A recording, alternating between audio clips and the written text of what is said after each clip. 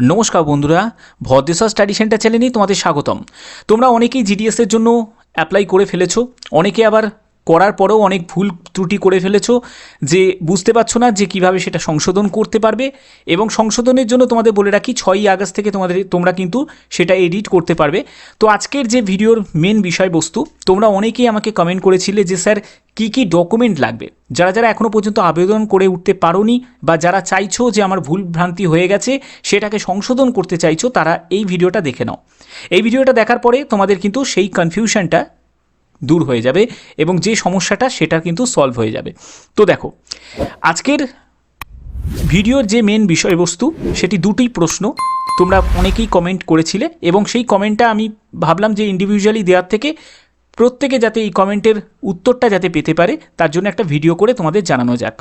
তো প্রথম যে কমেন্টটা ছিল সেটা হচ্ছে যে আবেদন করতে গেলে কি কি প্রয়োজনীয় ডকুমেন্টস আমাদের লাগবে। ওকে, প্রথম প্রশ্ন। দ্বিতীয় প্রশ্ন যেটা ছিল পোস্ট প্রেফারেন্স। সব থেকে বেশি কমেন্ট এসছে এইটার উপর যে পোস্ট প্রেফারেন্স কিভাবে আমি সাজাবো। ঠিক আছে, তো এটাও কিন্তু তোমাদের আজকের ভিডিওর মাধ্যমে সম্পূর্ণ ক্লিয়ার আমি করব। তো স্টেপ বাই স্টেপ দেখো, সম্পূর্ণ গুরুত্বপূর্ণ তথ্য শুধুমাত্র তোমাদের জন্য। আমি স্লাইডটা ওপেন করে নিয়েছি। তো প্রথম তোমাদের যে প্রশ্নটি সেটি হচ্ছে আবেদন করতে কি কি ডকুমেন্টস লাগবে।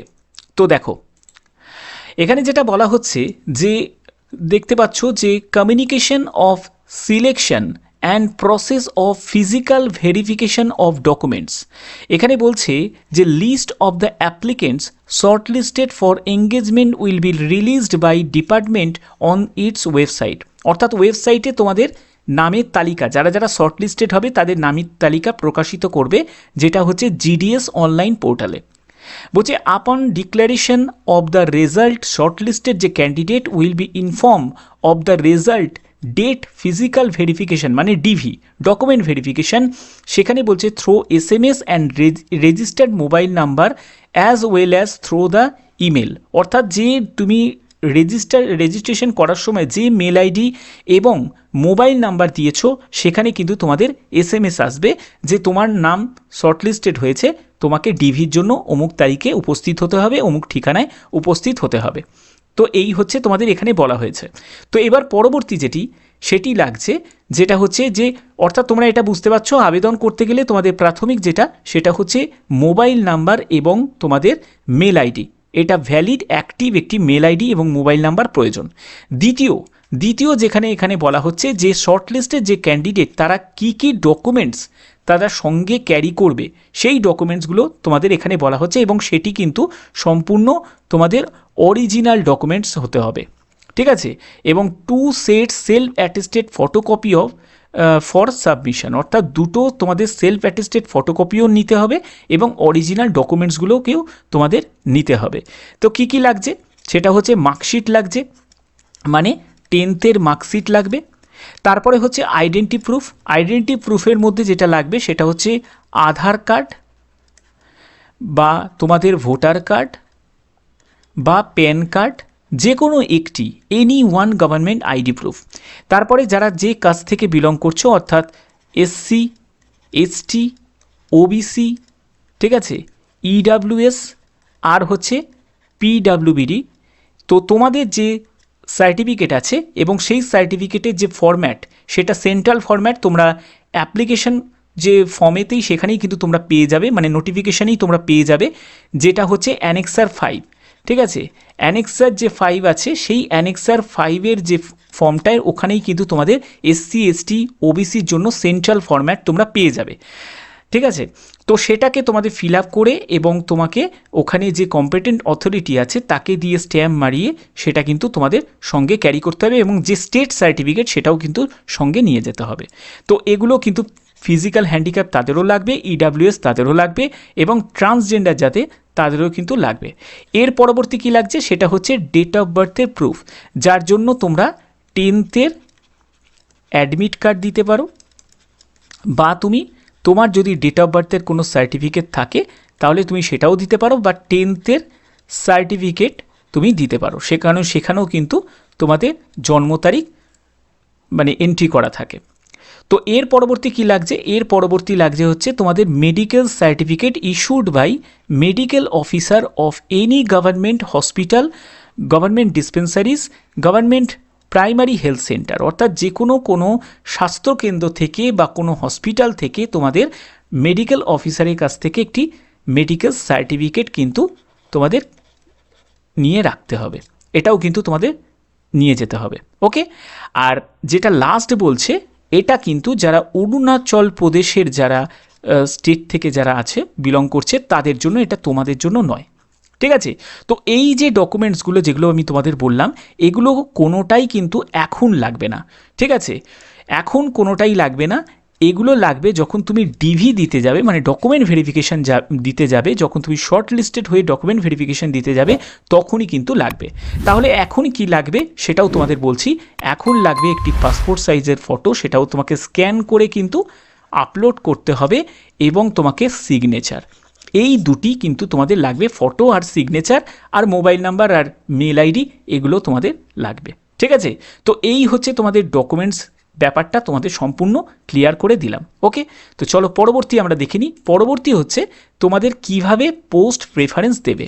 সবথেকে বেশি কিন্তু কমেন্ট এসেছিল এইটার ওপর যে পোস্ট প্রেফারেন্স কিভাবে দেবে। তো চলো সেই ব্যাপারটা দেখিয়ে দিচ্ছি। তো এখানে দেখো তোমাদের কি বলা হয়েছে, 3.1 প্যারাতে যেটা বলছে যে selection of division exercising references. তো এখানে বলছে an applicant can only apply one or more vacant post GDS in only one of the selected division. অর্থাৎ তোমাদের আমি আগেও বলেছি যে একটি সার্কেল কিন্তু তোমাকে চুজ করতে হবে, একটি সার্কেল তোমাকে চুজ করতে হবে, সেটি ওয়েস্ট বেঙ্গল সার্কেল হোক, আসাম সার্কেল হোক, বা তোমাদের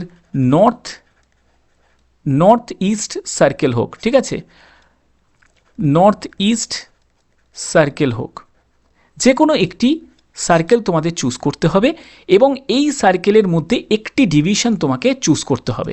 সেই ডিভিশনের মধ্যে যেমন ওয়েস্ট বেঙ্গলের মধ্যে যেমন হচ্ছে তোমার হুগলি নর্থ পড়ছে, ঠিক আছে, হুগলি নর্থ পড়ছে, হুগলি সাউথ পড়ছে, ঠিক আছে, তারপরে হচ্ছে আসানসোল পড়ছে, ঠিক আছে, তারপরে পূর্ব বর্ধমান পড়ছে, পশ্চিম বর্ধমান, তো এই রকম বিভিন্ন কিন্তু তোমাদের ডিভিশন পড়ছে। এবার যে কোনো একটা ডিভিশন কিন্তু তোমাকে চুজ করতে হবে, নয় হুগলি নর্থ, না হলে হুগলি সাউথ, নয় পূর্ব বর্ধমান, না হলে পশ্চিম বর্ধমান। ঠিক আছে, যে কোনো একটা ডিভিশন তোমাকে চুজ করতে হবে, একটা সার্কেল একটা ডিভিশন, কিন্তু একাধিক পোস্টে কিন্তু আবেদন করতে পারবে। একাধিক পোস্ট অর্থাৎ হচ্ছে তোমাদের যেমন আছে হচ্ছে বিপিএম, ব্রাঞ্চ পোস্টমাস্টার, এবিপিএম, ঠিক আছে, অ্যাসিস্ট্যান্ট ব্রাঞ্চ পোস্টমাস্টার, এবং হচ্ছে তোমাদের ডাক সেবক, অর্থাৎ এই তিনটে পোস্টেই কিন্তু তুমি আবেদন করতে পারবে। ঠিক আছে, তো এগুলো করার জন্য কি করতে হবে, তোমাকে selecting division option, applicant has to validate his her details, registration number এবং ওটিপি যেটা পাঠানো হবে সেটা রেজিস্টার্ড মোবাইল নাম্বারে তোমার একটা ওটিপি আসবে। সেখানে বলছে সিলেক্টিং ডিভিশন, এবার তোমাকে ডিভিশন সিলেক্ট করতে হবে, all eligible based on the community and age.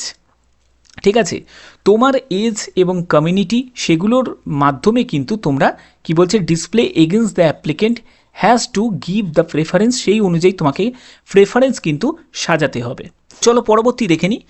পরবর্তী এখানে তোমাকে এক্সাম্পল দেওয়া হয়েছে, এক্সাম্পলটা কি আছে দেখো, বলছে যে applicant opted for 5 post in a division, মানে ধরো একটি ডিভিশন, ঠিক আছে, যেমন হচ্ছে আমি যে কোনো একটা ডিভিশন করছি, যেমন হচ্ছে ধরো হাওড়া, ঠিক আছে, হাওড়া ডিভিশন।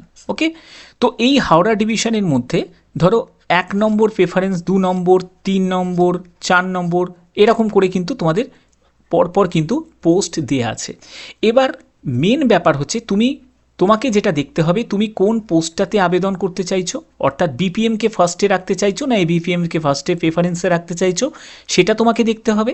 এবং তোমাকে যেটা দেখতে হবে তোমার যে নিয়ারেস্ট লোকেশনের পোস্ট অফিস তোমাকে দেখতে হবে। যদি তুমি সেই অনুযায়ী তুমি সাজাতে চাও তাহলে তোমাকে পোস্ট প্রেফারেন্সগুলোকে 1 2 3 4 5 করে কিন্তু তোমাকে সাজাতে হবে।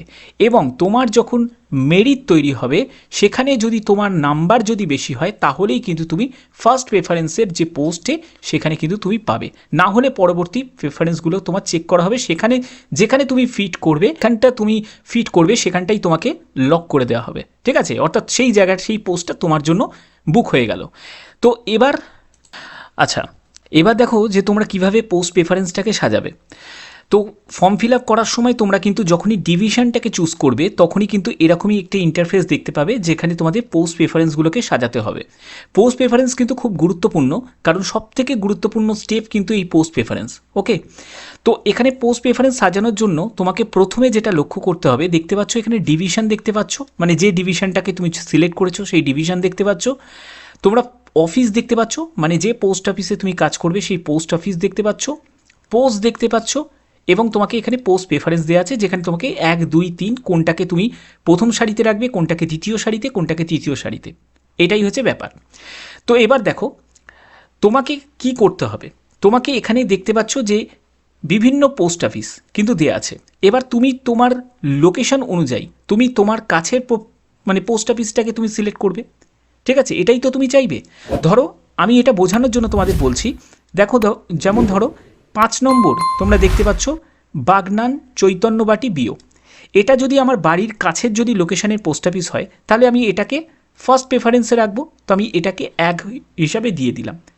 ঠিক আছে, আবার কিছু ক্যান্ডিডেট আবার দেখবে যে হুগলি ডিভিশন, নর্থ ডিভিশন বা যে কোনো ডিভিশনে আমি আবেদন করছি, ঠিক আছে, কিন্তু আমার পোস্ট কিন্তু বিপিএমই পেতে হবে, বিপিএমই কিন্তু আমার পেতে হবে।